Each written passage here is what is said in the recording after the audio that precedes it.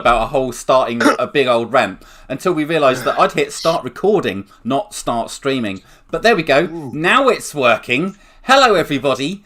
Welcome to the OLL show. My name is John, and I am joined, as always, by Mike and Cheney and Jack. And tonight we're going to be talking about all things open world. We will give it a few minutes for some chat to arrive. So, Mike, you can continue with your story and what you were saying. It was quite an interesting anecdote, actually, if you can remember it, if you'd like to repeat it. Yeah. I can't. No, he's done already. That's my time for today. Yeah, it's been great, guys. It's all good. And that's the end of the show. Thank you very much. Oh my god, I can't believe I hit that. Yeah, we recorded a whole 3-hour show. It was a special and everything. I've been on since 5, haven't we? Kisra's here though. Hello, Kisra. WV is here as well. Hello, WV. Welcome to the show. We'll give it another couple of minutes. Cheney, how are you, my friend? Do you know what? I don't want to whinge and moan and be that guy, but I've been ill. Oh no! I've had this cold. I've had the cold. I got the cold, and yeah, it's kind of kicked my ass. It's that. Aside from that, January illness. And how are you, Jack? Any improvement on Cheney? No, I'm not ill. I've not been ill. Yeah. Just been very busy with life. Very good. And played, as I said before we started streaming, 12 hours of Clair Obscur and really, really, really enjoying it, but dying quite a lot because I can't parry. I feel that pain. I was there too. You've also been upsetting our YouTubers in our shorts as well with your hot takes on Superman games from last week's show. We put up a short video of one of the little talking points that we had last week, and people aren't very happy on your opinions of Superman, are they? But I'm just going to say, all I did in that is say, why isn't there any more Superman games? That's my. I'm not complicit in any of this. It was me and Mike. Me and Mike were like annoying people because we made valid points about why it's really, really hard to make a good Superman game. Yes, Kisra, I am dodging because I can get away with that. Exactly. Oh well. I'm sure there won't be any more hot takes in tonight's show because we're talking about the very open world games. Okay. Open world games. And how are you, Mike? Yes, I'm good. So I got my 132nd platinum, which was the Sonic Origins collection, which was mad. Which was fine, but there was one trophy that was glitched, which was to get, I think it was Rhino bots or whatever they were from in Sonic 3. So what I had to do was I just went in debug mode, spawned like 50 of them. That's the way to go. And also spawned a goalpost. So just smacked into them and then just ended the level and got the trophy that way. Because for some reason I completed the level, like the first Angel Island zone, like 5 times, and the trophy just wouldn't pop despite how many of them I was getting. So yeah, I just ended up using debug mode in the end, but ended up working out all right. So I got one more platinum down. I'm getting there. I'll get 150 by the end of the year. Is that the goal? You've only got to do another 18. So we are going to at some point in the near future do an episode solely dedicated to trophies and achievements. So I'll keep the question short. But Mike, when it comes to going for your platinum trophies, are you willing to play any game? Like, if it's an easy game but you won't like the game, will you play that game in order to get this target, or will you stick to only games that actually genuinely interest you? Because I've got some suggestions if you're willing to play anything. I mean, there are many red flags that people have. My biggest red flag for any person who plays games is the people who play like Jump Pizza or any of those like absolutely dog trophy games where they just play them because you can get a platinum trophy in about an hour. Yeah, I'm pretty sure actually, funnily enough, in the news recently, like this is actually hot news. PlayStation took down like a bunch of publishers because that's the kind of content they were releasing. There was literally there's a game developer who made Jumping Pizza, Jumping Taco, Jumping Burger, like literally jumping plus thing, and they made about I'm not even joking, about 1,000 of them. Wow! And they were all, you could get a platinum trophy in about 30 minutes, and it was literally AI just then. Just like no, AI it's not. It's just but the thing is, you make the game, And then all you got to do is swap the character for a different sprite, and then change the background. That's a brand new game. No, that's it. Flips. So it's so the answer to answer your question, John. No, I kind of want. I like my platinum trophy list to kind of be almost like a journey of my video game history, like the stuff I've played. So I'm not gonna just play any old.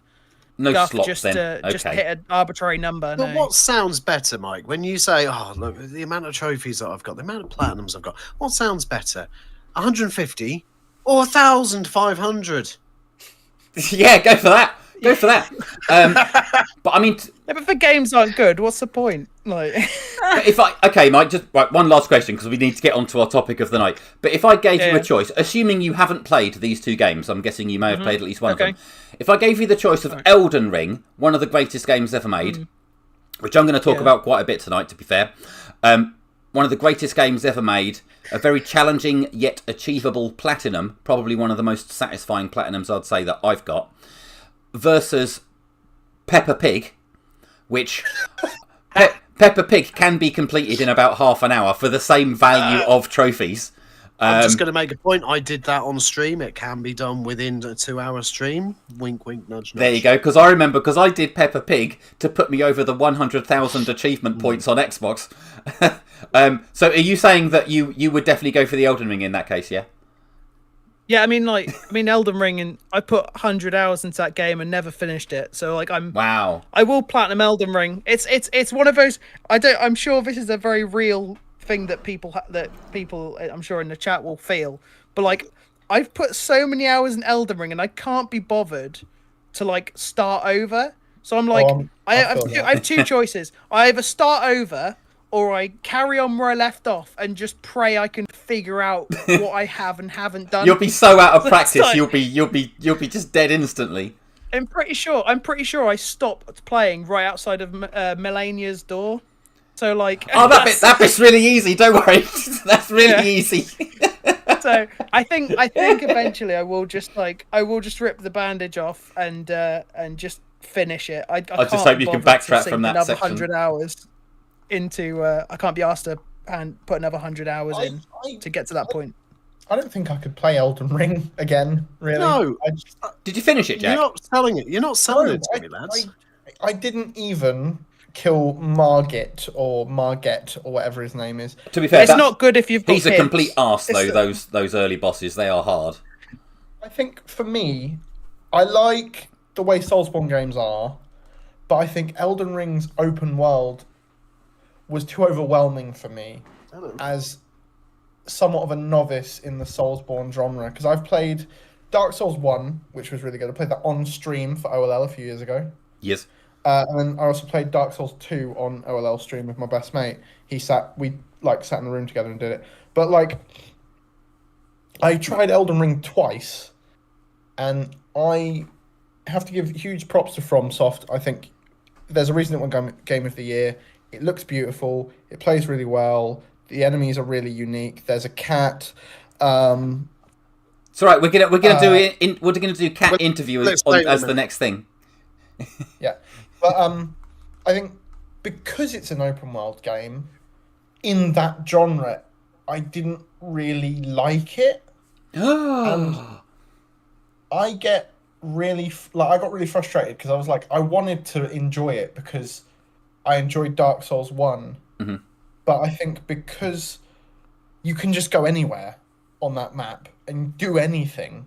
Yes, there's like bosses that you have to do sequentially and everything, but because I'd spend I remember I was in this cave system trying to kill these weird like monkey dog things by the sea, that cave to the left of the map, and I did it, and then I got out and I got ambushed, and I'd basically lost about 2 hours of progress, and I was just like, that's rookie numbers, mate. That's rookie numbers for those kind of games. I don't have the patience for this.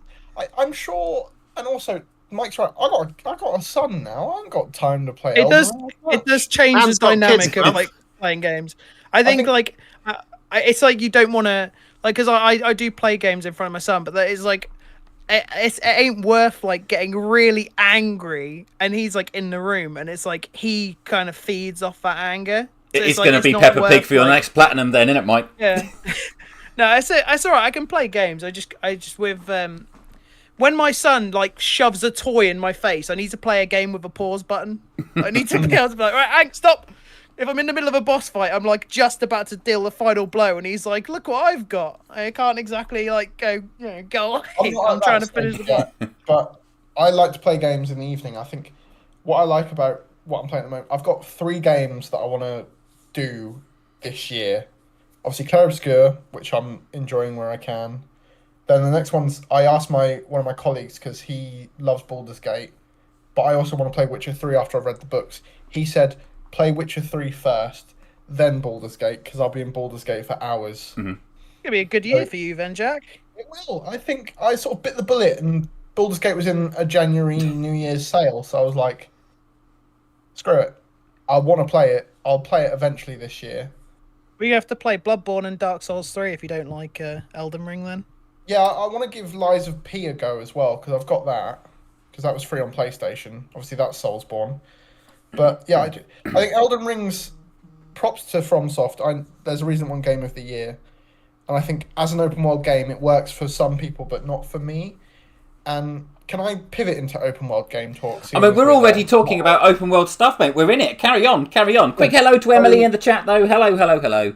Thank you for joining. So, I was having to think about this. I think some good open world games. Black Flag has a good open world. I agree. I agree. And then, like, some other of the Assassin's Creed Origins, I think, has a good open world. I really enjoyed that open world. And I'm trying to think what other open world games I've played recently. I mean, I can think of some bad ones. I know we didn't... Like, Valhalla, for example. Mm-hmm. I know it's the Assassin's Creed vein again, but... I mean, that's going to be a whole topic to talk about Assassin's Creed, isn't it? So, but, like, Valhalla and Odyssey's open worlds, I don't think are very good, because they're so sparse in places. Mm-hmm. And I think, well, I guess Odyssey, it's sparse. Valhalla, there's so much, but so much crap as well to do. Because, like, some of it's, like, the same mundane task. Oh, find this artifact. Oh, kill this person. Oh, do this. I think a good open world, like Black Flags, was unique. You know, it had the ship combat. You could go visit the islands. You could go liberate slaves, all that stuff. That was really fun. Whereas, like, Valhalla, because it's the same gameplay loop in just a different county, mm-hmm. It doesn't really add anything, in my opinion. I'm trying to think what other open world games I've played. I think that's one of what you... Yeah, I think what you said, Jack, is like kind of like what Ubisoft's kind of like the biggest sin of video game when it comes to video games like open worlds. Because I think the problem with if I had, I mean, I like any genre, any type of game. I do love, there are open world games I love, but if I had one nit, which I think is, it kind of has a negative impact on a lot of franchises that do go open world, even the ones that have done it really well, like Zelda, for example, it's the curation of it. By that I mean, so it's really hard to create unique level design, and especially when your map is massive, when it's absolutely massive. And I think everything is like, where like an example, Borderlands 4, the most recent one, went open world. Now I'm going to name all the open world areas in Borderlands 4. There's the plains one, there's the ice, the snowy one, and there's the deserty one. In Breath of the Wild, there's the plains one, there's the deserty area, there's the snowy area. Now, this is like, if you think about like games that aren't open world, like I'm not saying this is like every open world game, but a lot of the non-open world games in those franchises, like take like a Zelda, like an Ocarina of Time. You can, I feel like the dungeon does, like the aesthetic of the dungeons is a lot more unique, and I think a lot of the areas are a lot more unique. James shaking his head. I'm going to stop you right there, Mike, because go on. The Zelda games, ever since their inception, have always been open world.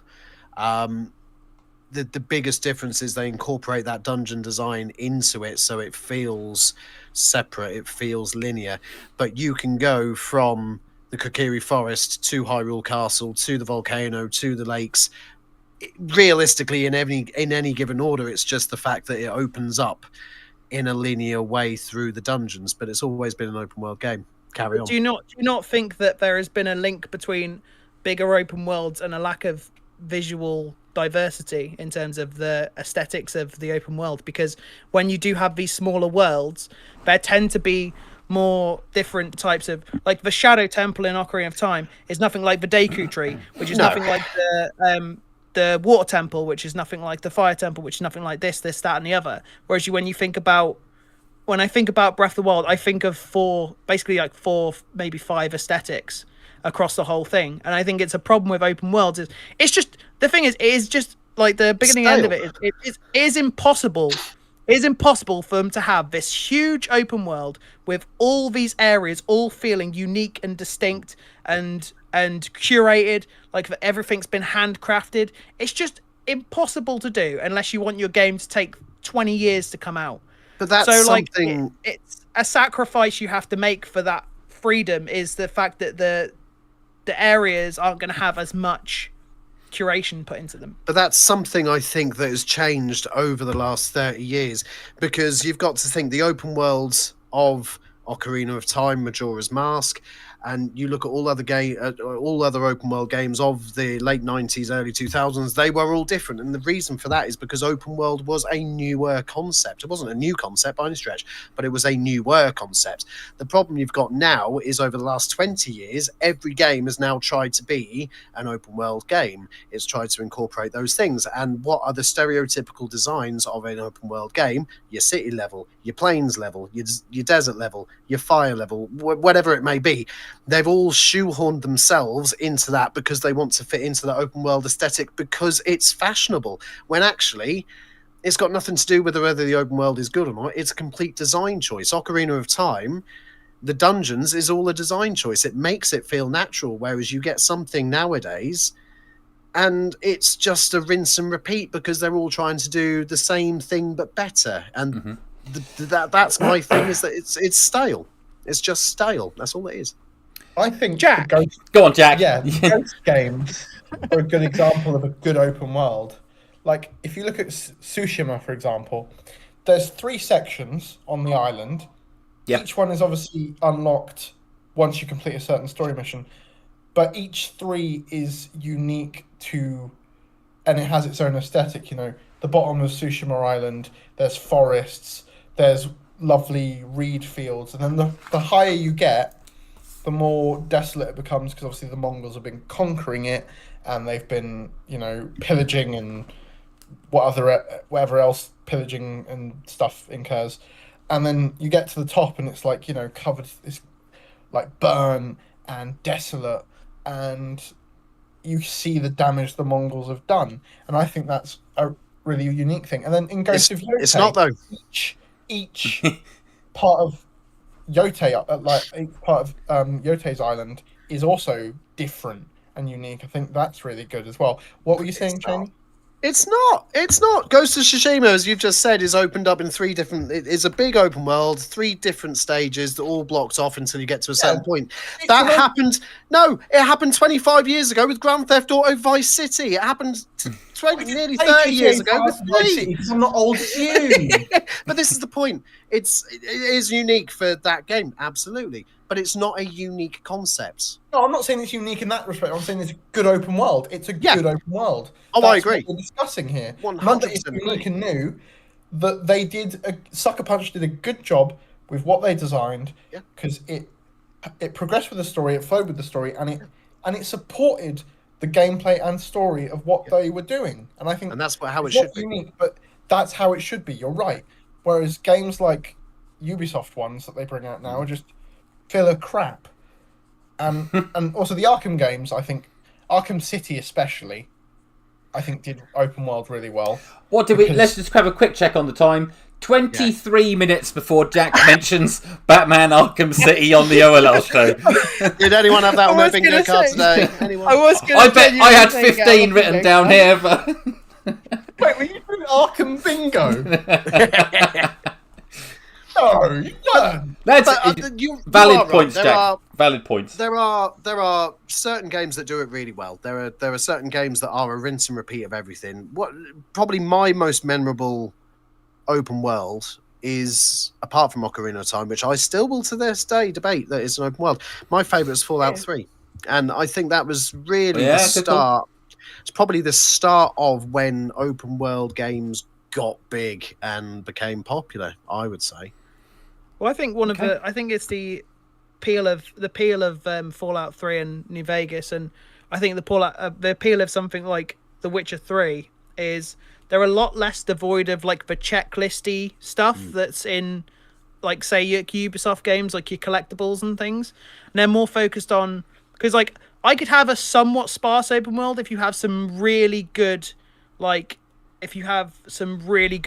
quests. Like the side quests in The Witcher 3 are honestly better than most main quests. You've got in like other games, you've got there's so many memorable side quests in Fallout New Vegas and Fallout 3. I think that's part of the thing that can make an open world more palatable, which I think could be potentially maybe why something like an Elden Ring might not appeal to everyone, because the side quests are a bit more obtuse and they're not like in like a nice convenient journal for you to read. But I think I'll take a more sparse open world if it's got incredibly written quest design. All right. I would agree with that.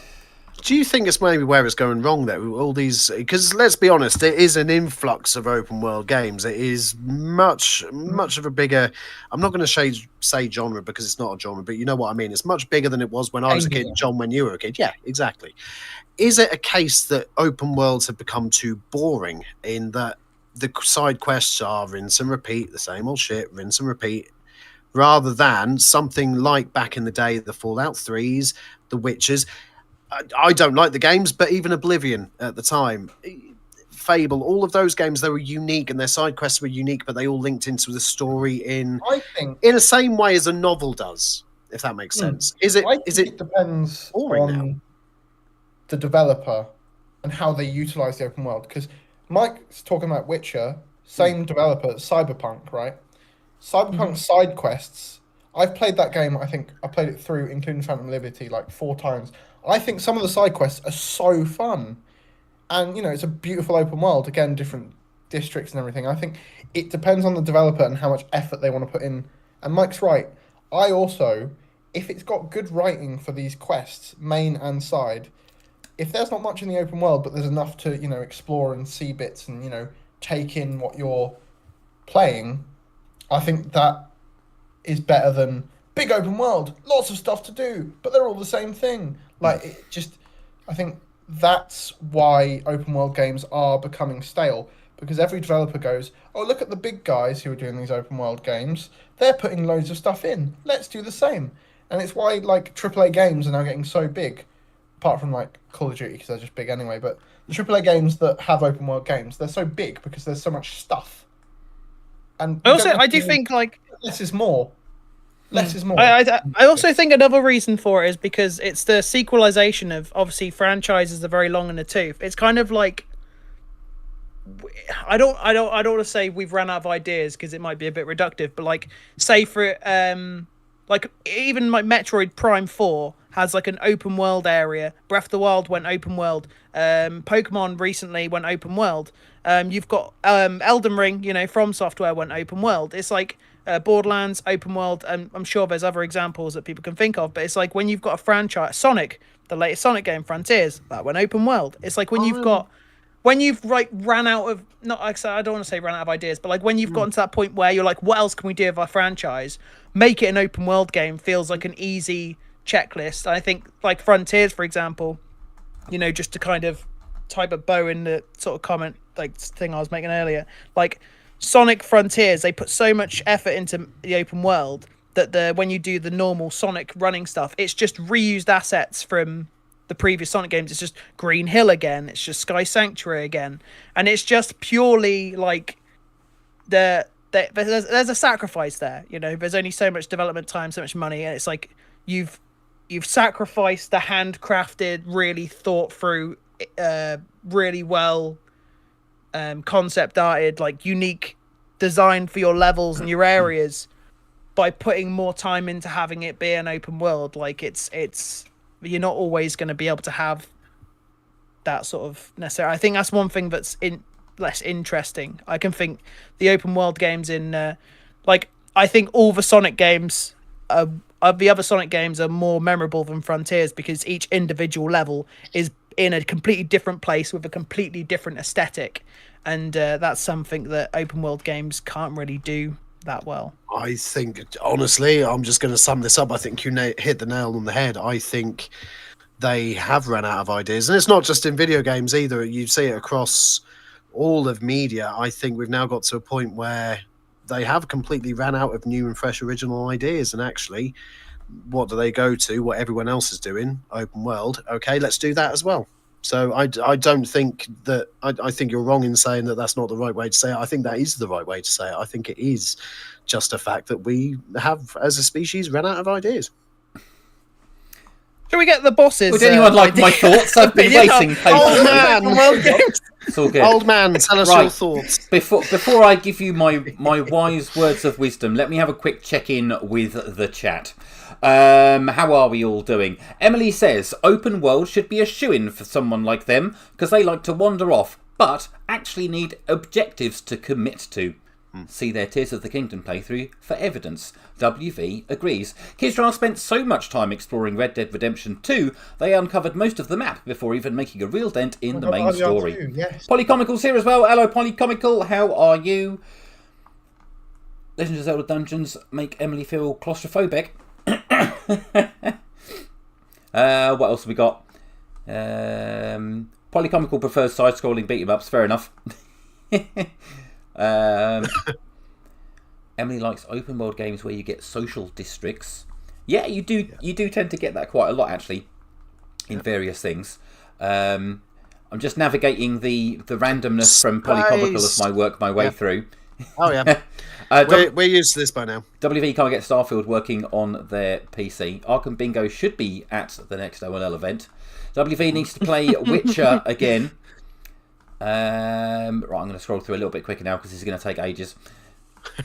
WV has been naughty and purchased Final Fantasy VII Remake on the Switch too. Not relevant, but great news. Sonic Frontiers is on the naughty step for no open world Chow Garden. Heyo. KO. Don't start this. It's 2026. Let's not start this argument again. I've had 3 years of not having to deal with this. It's time to get back into it. So, as I understand it, they're supposed to be called chows. However, personally, and Emily's not going to like me for saying this, but I think they should be called KOs because they're like chaos, isn't it? Yes. Isn't that's where the name comes from like Chaos Emerald? So they are KOs, not Chayos or chows. It's not a Chow Emerald, is it? Can we make that our Mike? Chows. I don't want to dwell on this too long, but Mike, can we make that one of our future polls? Do you pronounce it KO, Chayo, or Chow, please? And let's move on quickly because otherwise we're going to go completely off the rails if we get onto this topic. It's just going to be called Chow because that's what it's been sort of officially been called. That's like the definitive Sonic team have said it's called Chow, so it's not really like Sonic team are the wrong. kind of get in the bin. Right? Can I let me get back on topic and give you my thoughts on open world games? So, I love open world games. Some of my favourite games of all time are open world, and so things like Oblivion. I loved Skyrim. Weirdly, I'm behind the curve when it comes to Fallout, but I can appreciate they're probably very similar to the other Bethesda titles. But Elden Ring, the open world Final Fantasies as well, like the more recent ones, I appreciate those, although they're a little bit fake. Obviously, the recent Zeldas. But honestly, I think the open world formula, when it's done right, is one of the very best genres, at least for me, that I enjoy. The problem with open world is to create a good one, you need to have a lot of resources. And if you are a big AAA company, you're going to invest loads into creating a great open world game. For example, as Ubisoft did back in, say, like the Far Cry days. You know, Far Cry, incredible, probably one of the first of the modern style open worlds, and they absolutely nailed that formula. And the problem was, I mean, Far Cry 3, man, I love that game. But the problem was Ubisoft found that success with it, and I think as a result of that, they needed to obviously replicate that. So Far Cry 4, it was the same. And then you had that one with the woolly mammoth on the cover where it was literally the same map, but they renamed to the places. It was literally the same map. But if that's what works commercially, they're not going to change that. So if an open world series becomes too good, then it ends up getting designed by committee, and they just have to go through the checkboxes of, have you got your towers in place to unlock the map? Have you got the bases that you need to free up to then unlock that area of the map? That kind of stuff, you know. And I think they have, just as Janie says, they have run out of ideas. And so in order to make a good open world game now, it very much comes down to the design of the environments and the quality of the missions that you get and the variety that you get, rather than it just being the same 20 different templates and you just go and repeat it over and over again. You may as well just do that from a menu structure like you do in a racing game, rather than have it as like an actual open world where you just waste time walking along it just to pretend you're in a fantasy world. But thing is, it didn't just limit itself, and you've actually just brought up a good point there. It didn't limit itself to just an RPG game or something, because Forza did it. Yeah, And racing you just games do it think, now as well, yeah. why? And, well, I mean, if you want to talk about open world racing games, this is what I think with open world racing games. I've enjoyed Forza Horizon. I've played a bit of The Crew, that kind of stuff. Burnout Paradise, get in the bin. But overall, if you're going to do an open world racing game, if you play Forza Horizon, the map is quite big in terms of video game open world sizes. But for a driving game, I would need an open world to be not just big, but it would need to be vast. I want to do a road trip if I'm going to be doing that type of game, celebrating car culture and whatnot, like Forza tries to do. I don't want to have a 5-minute drive from one end of the map to the other, because that's all it is in Forza, maybe 7 minutes. I want a game where it's going to procedurally generate roads and landscapes and things like that. That sort of open world for a driving game, I could get behind. If I have to go and play online and just like have an hour-long cruise or something, that would be amazing. And like a flight sim type. Exactly that. And that was exactly what I was going to say. Because the only way, because that is the best open world game, and that was going to be my conclusion at the end of the video. You spoiled that now. Right. Nobody. It's almost like I know you too well. I'm going to come back to that at the end. But yeah, anyway, there is a lot of potential for procedural stuff for driving games, because you don't need something different to do all the time with those.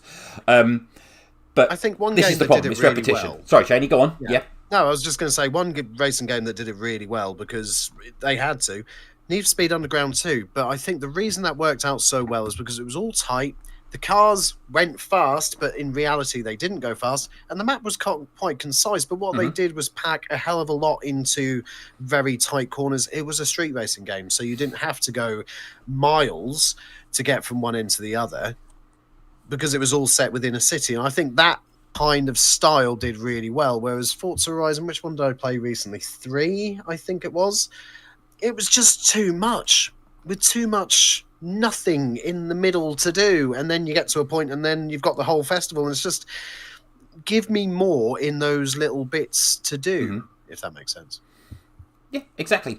Right then, I have a question for the team. Unless you have one more point to make, Jack, go on. Would you argue that Fortnite is an open world game? I would say no, personally, but I mean, I'm not familiar enough with modern Fortnite, to be honest, as I haven't really been into it for a long time. They do change and they evolve. I think there's it's always a unique of each season, but yeah, it's not discoverability, is it? I wouldn't say so, but it's just a big arena. I'm gonna err on the side of caution with this. I'm gonna agree with John. I think if you look at Fortnite, yes, the map is absolutely bonkers massive for what it is, but it is just a map. I don't think it's any different to the factory level on GoldenEye 64, to Nuketown on Black Ops. Do you know what I mean? It's a map. It's vast and expansive, yes, but I think it's a map, not a open world. Yeah, it's a vast map. So, my question for all of you, and I'm going to come to Mike first. Okay. Just tell me. I'm ready. Tell me, off the top of your head, three of the best open world games in your opinion. Go. The Witcher 3, Fallout New Vegas, and I'm going to say the Yakuza games. Pick one. Anyone. It's fine. Okay. Don't worry about it. I like it. Okay. Cheney, do you have 3? Or what would you say is just your favourite?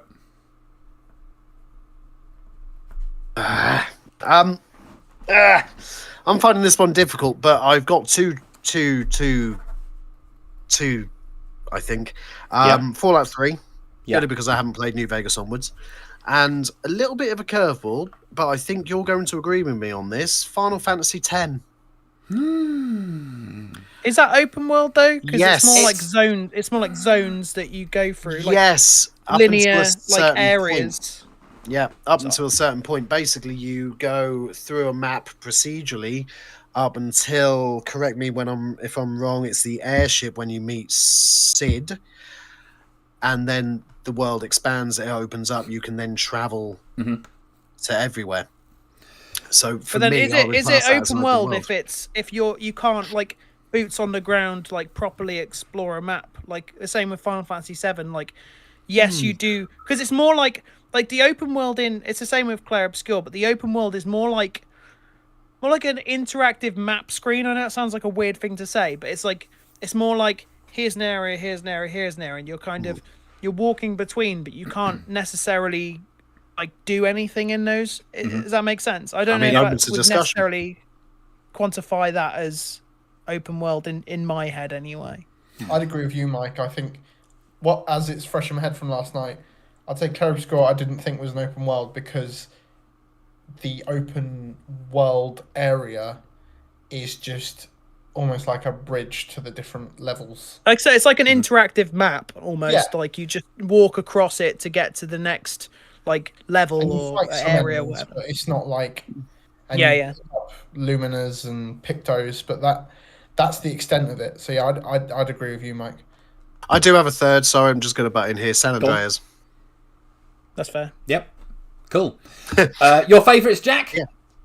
So I had to think while the others were talking. RDR2, because it is fantastic. Oh, damn it. I need to put that on my list. RDR2. What did I think? Marvel's Spider-Man 2, because I could web swing for ages. Yeah. And the third one I was sort of umming and ahhing, but I'd say probably it's a toss-up between... I'm going to have to go with, Arkham... No, actually, Ghost of Tsushima's open world is great. Like I spoke about it because damn it! I need to put that on my list as well. Okay, I can't break mine down to a top 3. I don't think. Let's have a quick while I try and decide my favourites. Let's have a quick check in with the chat. Polycomical would like to see. Sorry, Jack. What? I enjoyed Fallout 4, but that was my first Fallout game, so. Oh, that's a good one to have as your first, to be fair. Emily's just found out where her missing blue pen went. Polycomical would like a Police Academy open world game. I think we might be waiting a little while for that one. Yeah.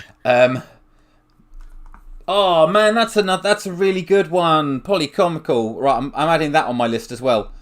Okay, so I've got this list now, which has got about 8 games on it. So I'm going to have to run through these in no particular order. Simpsons Hit and Run. Oh. Yeah, okay. Fair point. Yep. But not as good as San Andreas. Ghost of Tsushima. Oh, I love that game. Red Dead Redemption 2. Grand Theft Auto 5. Elden Ring. Tears of the Kingdom. Far Cry 3. And Skyrim if it was 10 years ago. There are so many. But if I was going to try and pick something from that list...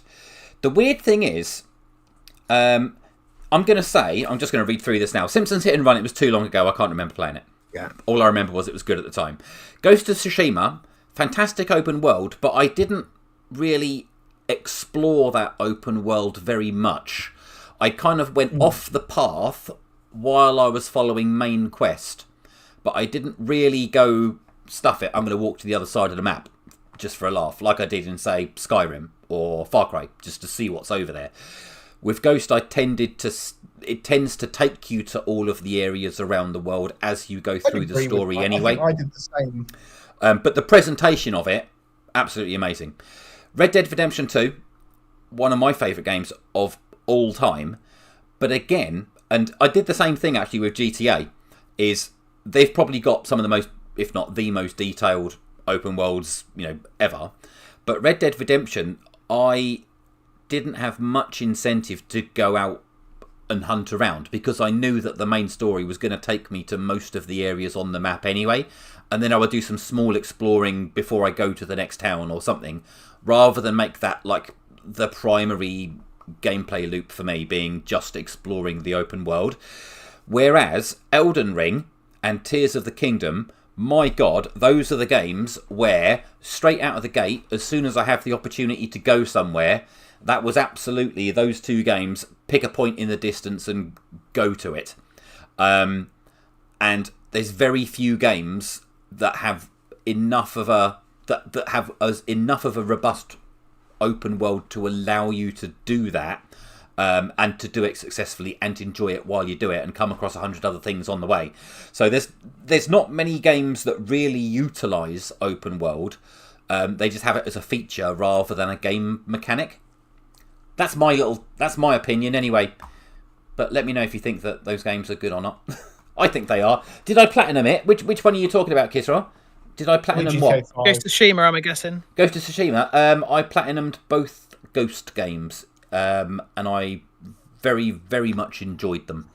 I think the combat could be a little better, but I think anybody who's played a Soulsborne game, whenever they play any third-person action-adventure game, everyone now says, "Oh, the combat's not very good," because if it's not as tight as a Soulsborne game, no one cares now. That seems to be that's the thing. Kotei's combat was tighter than Tsushima.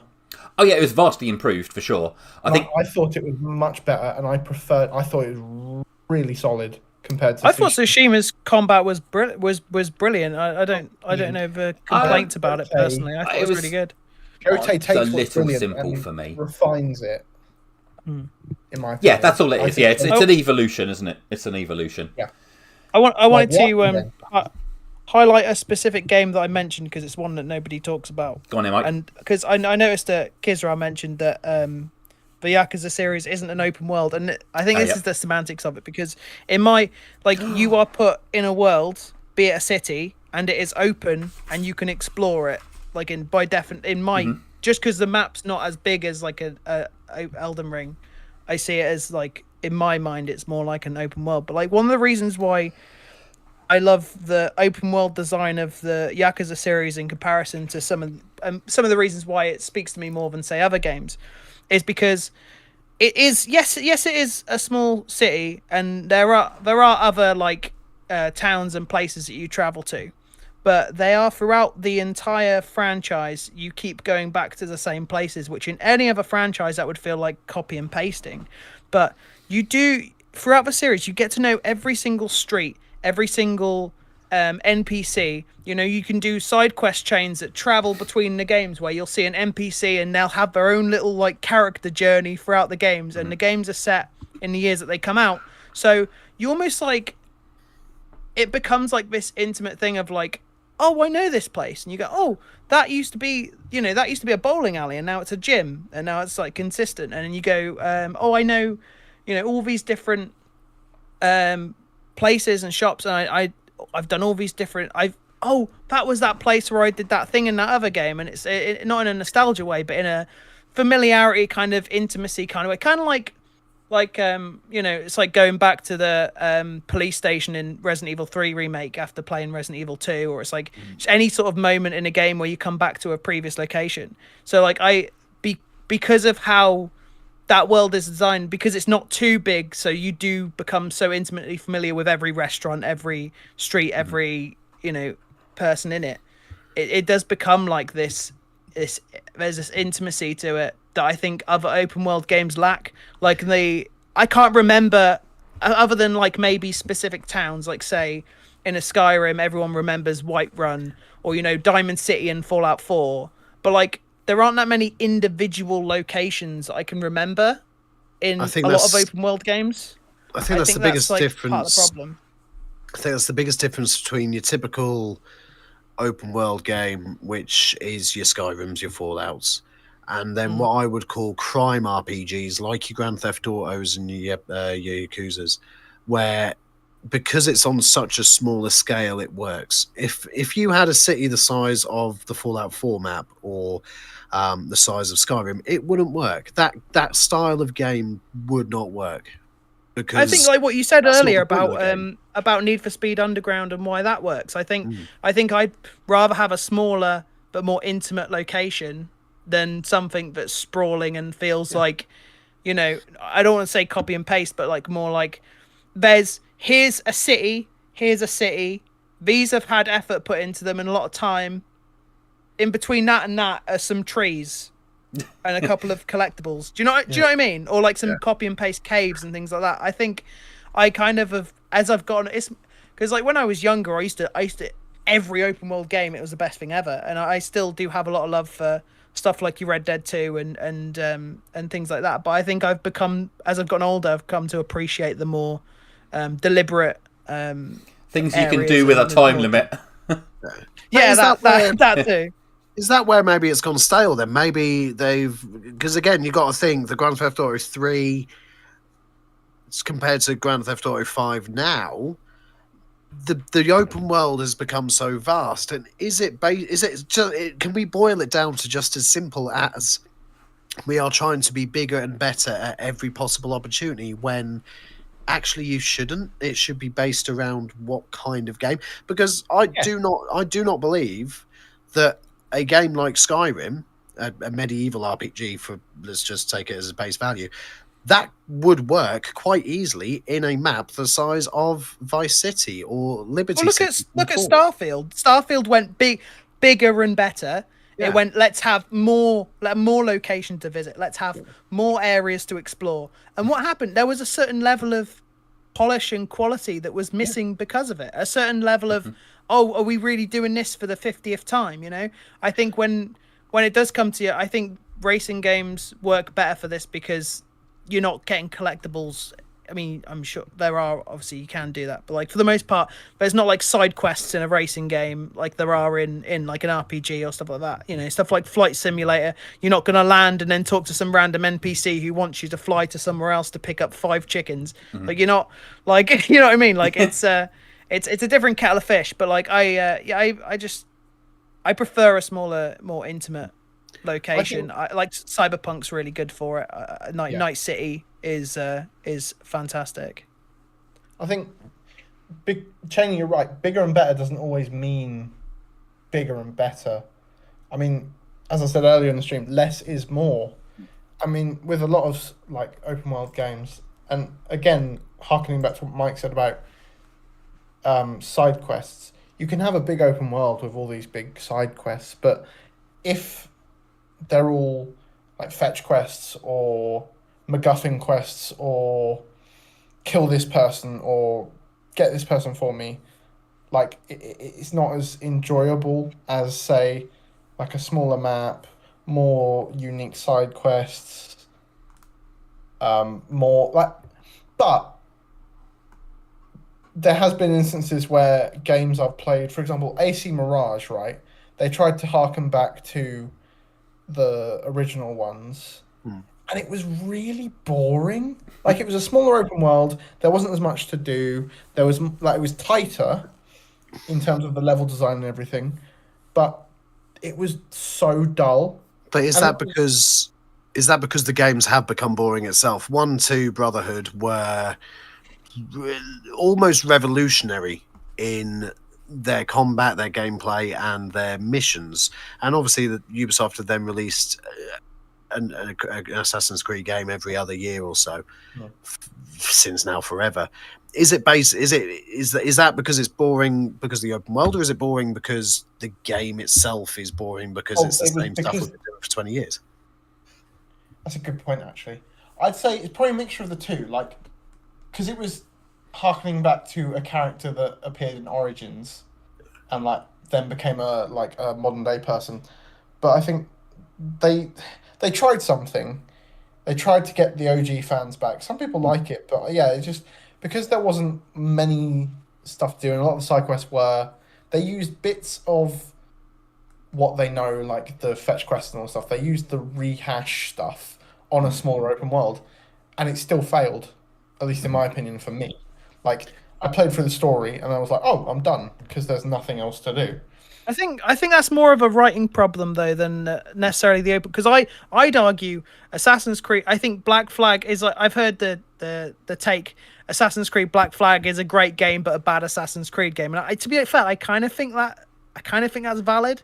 Yeah. Because Assassin's Creed, what is Assassin's Creed? Assassin's Creed is trying to assassinate a target by running across like some rooftops and stuff like that. And the worst thing they did was they took one of the most core mechanics of Assassin's Creed, which was parkour, and stuck you in the middle of a field, which is what they did with Odyssey and what they did with Valhalla and Shadows. And it's like, what are you doing? You've taken a core mechanic and just thrown it out the window.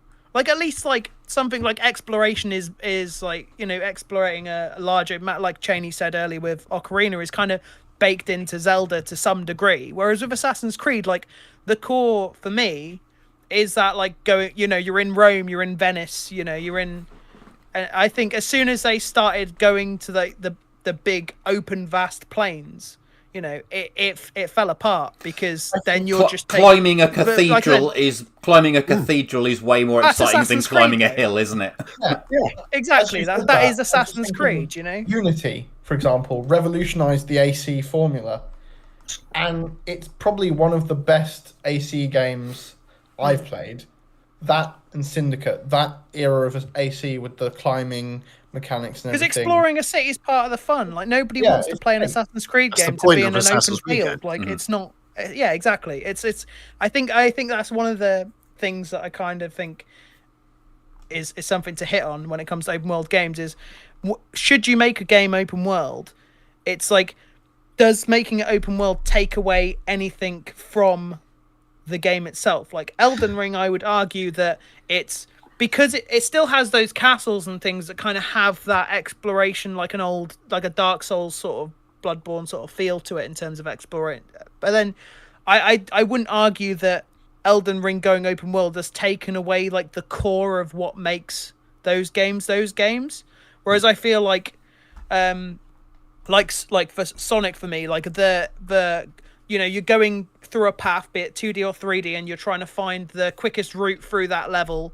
You know, that's kind of what Sonic is, the appeal of Sonic. Like, oh, I can do that a little bit quicker. I found this route, or if I time this jump, I can zip across, like, I can skip like half the level. Like, that's the appeal for Sonic for me, and I think that's like lost on it being open world. So I think the core of it is, does it take away from what makes that franchise by giving it open world? Yes or no? And obviously, is it well done? Yes. And I'm going to give you a prime example here, and you're going to hate me for this. Mario should never have been an open world game. It should never have. It shouldn't. It really, really shouldn't. Mario is a platformer by design, so therefore you have specific levels like 64.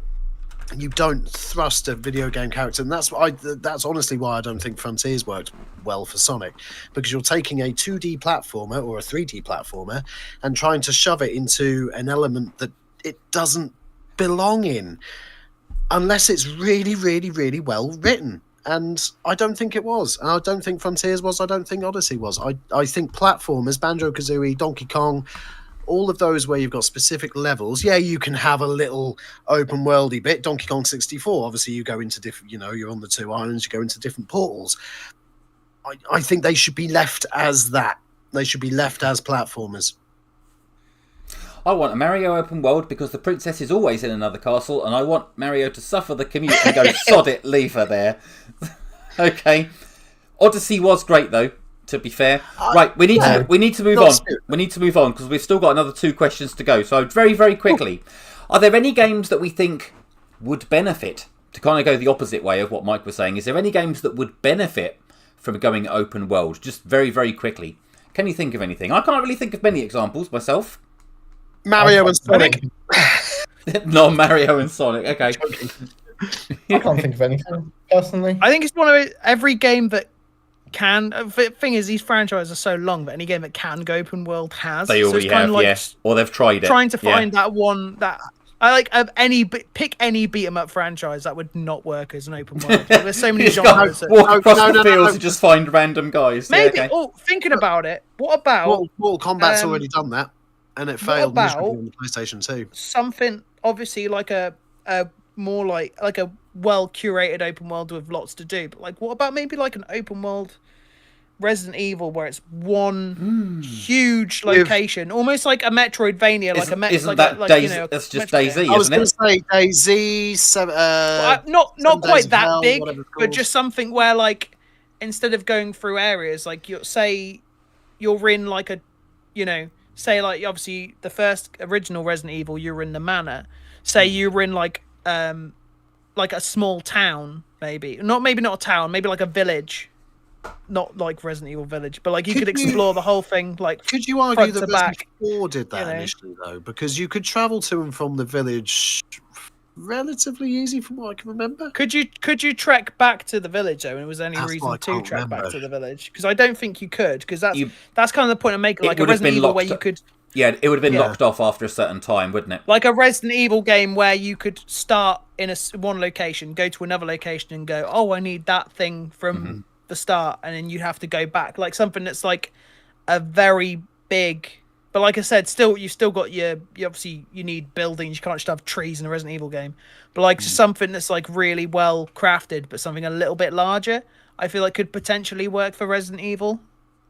Yeah. But then Just how throwing does it out that? How really does that differentiate itself from something like Fallout, where all right, it's not zombies, but you're looking at a post-apocalyptic landscape, and you've got the buildings, and you still have to go and do your fetch quests. You have to go and rescue this person. You have to go and kill this person. If it was to be a Resident Evil game, it would have to have a really, really well-written story, and it would have to have something that sets it apart from Fallout. I know it's a different genre, but it would almost Well, be you a wouldn't copy paste the same have game. like the RPG mechanics, like the leveling up and things, and you wouldn't have dialogue trees and the choices in that way. It would literally just be like basically a bigger RE game that has like more locations to explore rather Resident than Evil- something that completely throws it all out.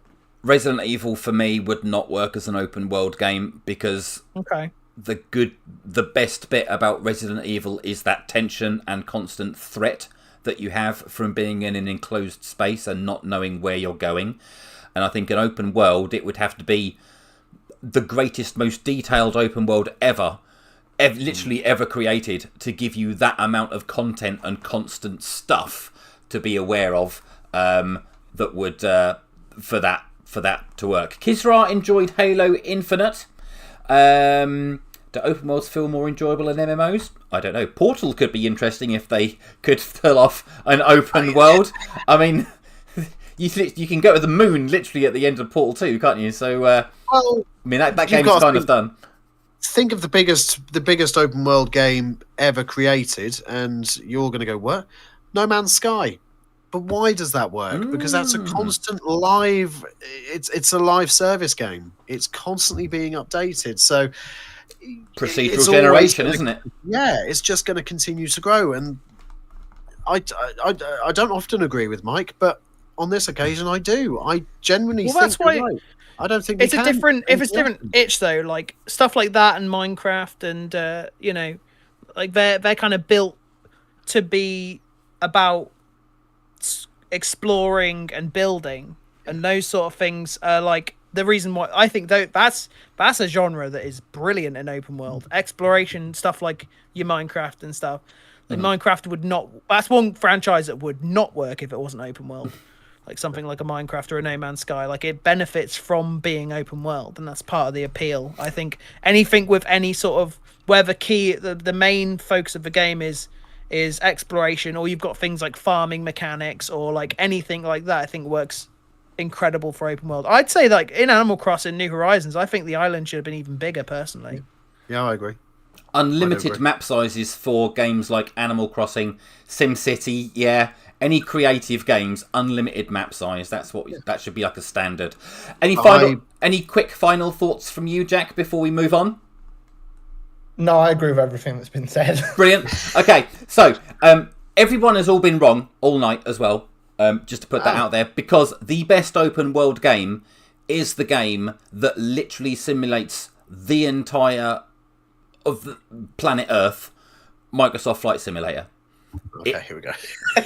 There is nothing to do in the entire game except fly your plane. But at the same time, it is the biggest and the best and most detailed open world game that you will ever see. Honestly, it's bloody brilliant. No Man's Sky. It's way better than that, Jack. No Man's Sky. Oh, yes, all right, I suppose. You are going through the galaxy. That's the biggest. Yeah, but it's not real. But Flight Sim. John, I hate to let you can land, Emily. You just have to land at the airports. I will make you like my old man games if it's the last thing I do. To be fair, I would really like a driving simulator where you just literally drive the globe. Put me on a computer screen with my controller, sat there on the Euro. I've got no space under this desk. To get through to France before I can visit Europe. Sit me there for 2 hours, just going. Well, this is fun. This is what I was going to say. I play a life simulator. I play a life simulator every single day. Why the hell do I want to drive a car that drives like the car I have to drive to work? Right, anyway. Your bills. But yeah, I was kind of coming on to say, I'd love to see like something like a Gran Turismo as an open world. But if you take that what's been created with Microsoft Flight Simulator, where it is, like Jack says, it's basically Google Earth, but in much more detail, proper 3D kind of stuff. But if you could get that, but with a driving game, or hell, like Cheney, get on a train and go on all the train tracks in the world, whatever, that would be amazing. Right, on that note, we have to end our discussion on open world games, at least for this episode of the OLL show. We can continue the discussion in the Discord, but we also must get to our last few points of the show. So, last week in our socials, Mike put out a poll. What was the best Sega franchise? And Mike, do you have the results? Yeah, so it's a bit annoying because on Discord there's loads of options. And on YouTube, I'm going to get cancelled in a minute. Start again. In YouTube, there's only 4 options, so I was a bit limited. So on YouTube, the franchises I went for was Sonic, Yakuza Like a Dragon, Persona, and Streets of Rage, and added a couple more on the Discord. But the winner it's the one everyone thinks of when they think of Sega. It was Sonic. To be honest, obviously everyone's played a Sonic game, so it kind of makes sense that Sonic would be the one that. But the second highest votes was actually for Like a Dragon, the Yakuza series. So I'm happy with that. Streets of Rage also got a lot of love, but it was those two. I'd argue that Like a Dragon Yakuza is probably Sega's biggest franchise at the moment. That Persona and Sonic are definitely their big 3 currently.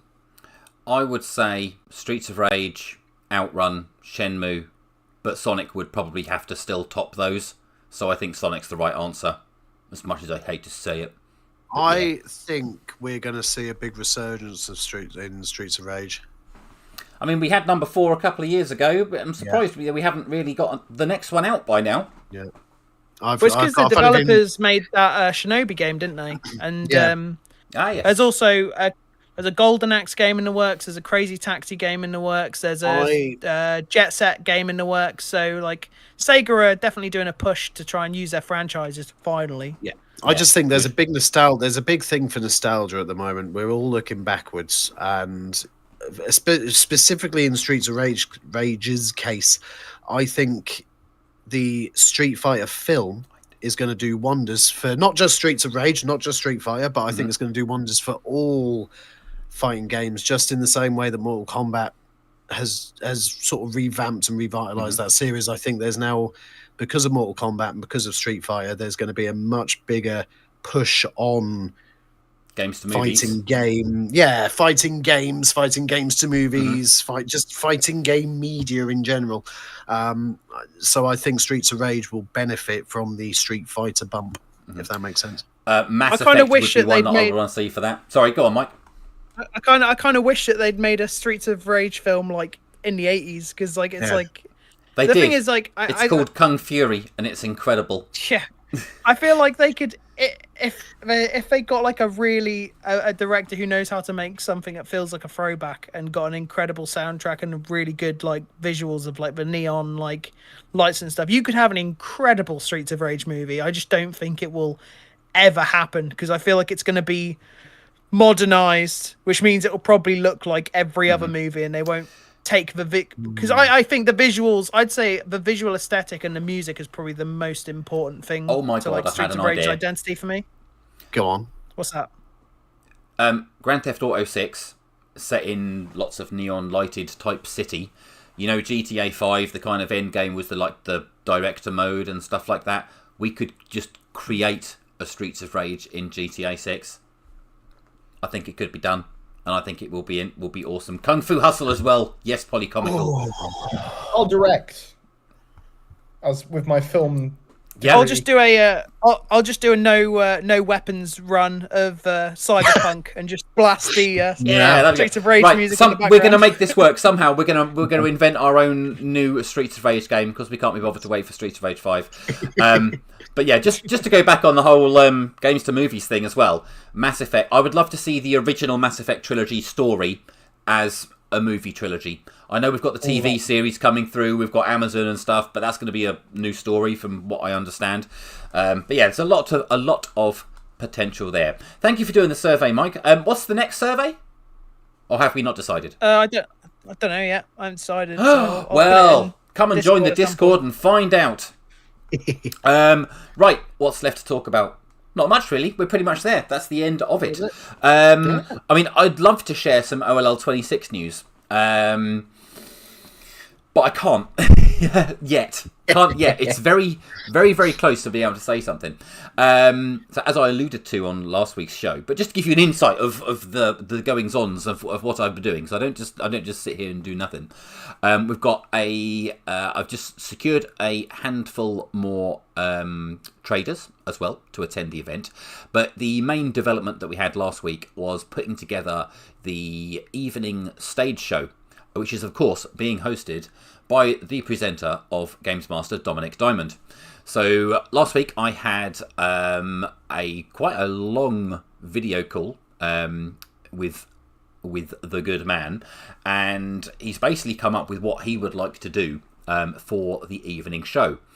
And I don't want to just not reveal anything, but I can't tell you exactly what that is because he is going to tell us himself. He's going to be doing some video bits and pieces alongside us with helping out with promotional and stuff like that. So that will all be revealed at the start of February. But if you are a fan of Games Master, or if you have any passing knowledge of Games Master, you are absolutely going to enjoy what we've put together. So he gave some ideas, I've given some feedback, we've basically worked out a plan of what it's going to be. It's going to involve the audience, if anyone wishes to participate, optional of course.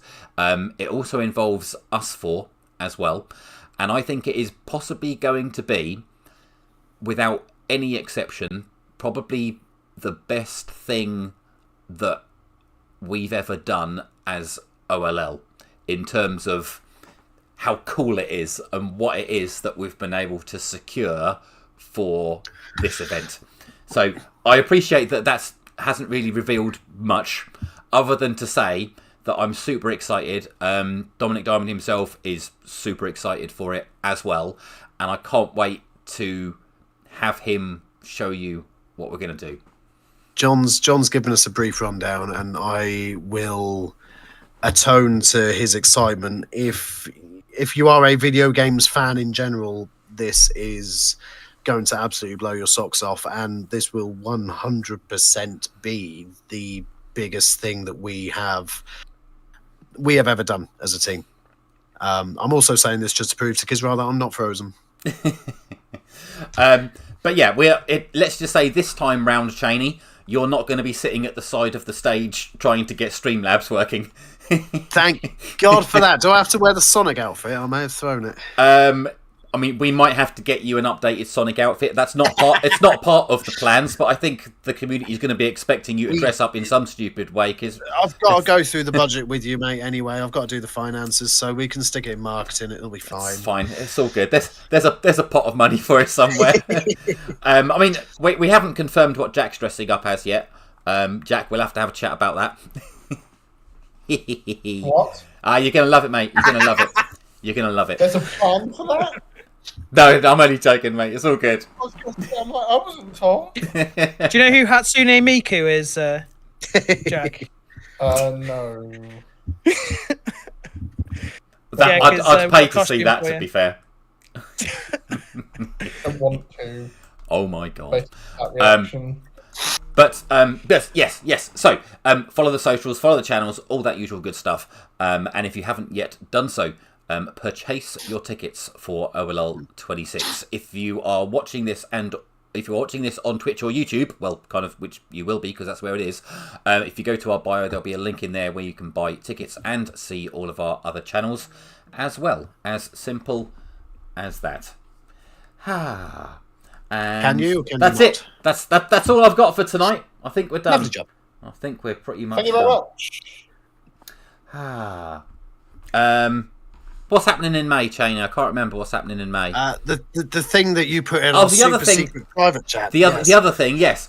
I was just going to wait for the details from that, but just to give another quick announcement then, we can mention that. I mean, it's not really a secret, but obviously we are going to be at Norwich Games Festival in May at the Forum. We will be bringing the OLL show to the Forum, to Norwich Games Festival, with an all-day live stream where we will be doing all of our usual things, but not just our faces. We'll be basically just exploring the event, doing some little interviews and features with the exhibitors and developers that are going to be part of the show. And we think that that's going to be a good, fun thing coming up. But I will share more about that when I've written down some plans and some notes to read from. It's going to be that's going to be another big day for us, though. I'm very much looking forward to that. We are going to have a stand as well. Not quite sure what we're going to sell on it, but we're going to have a stand because it was part of the deal. So that'll be good. We'll find something. Oh, there we go. Right, I've hit all my notes. I've hit all my beats. So does anyone have any final thoughts before we sign off? Okay. Open world games are shit, and the late night Cheney dungeon is 25% ready. Ooh, I will very much be looking forward to visiting your dungeon. I suggested you needed to put some LED lights up in it. I'm going to. I think you definitely should. We need to get a proper vibe going on in there. Everyone else is just going, "What the hell's all that about?" But yeah. So it's no small secret. I will be returning to the OLL streaming channels with late night Cheney on Sunday evenings. It's just I didn't think you'd just want to see green in my bedroom, so I am procuring myself a small cupboard under the stairs. Call me Harry Potter, where I'll be doing a mixture of some games, I assume, from the comfort of my own dungeon. That has just had to be repainted and demolded before I can decorate it. Okay, excellent. That's all. Look forward to that. It'll be on the socials and all sorts of things. Awesome stuff.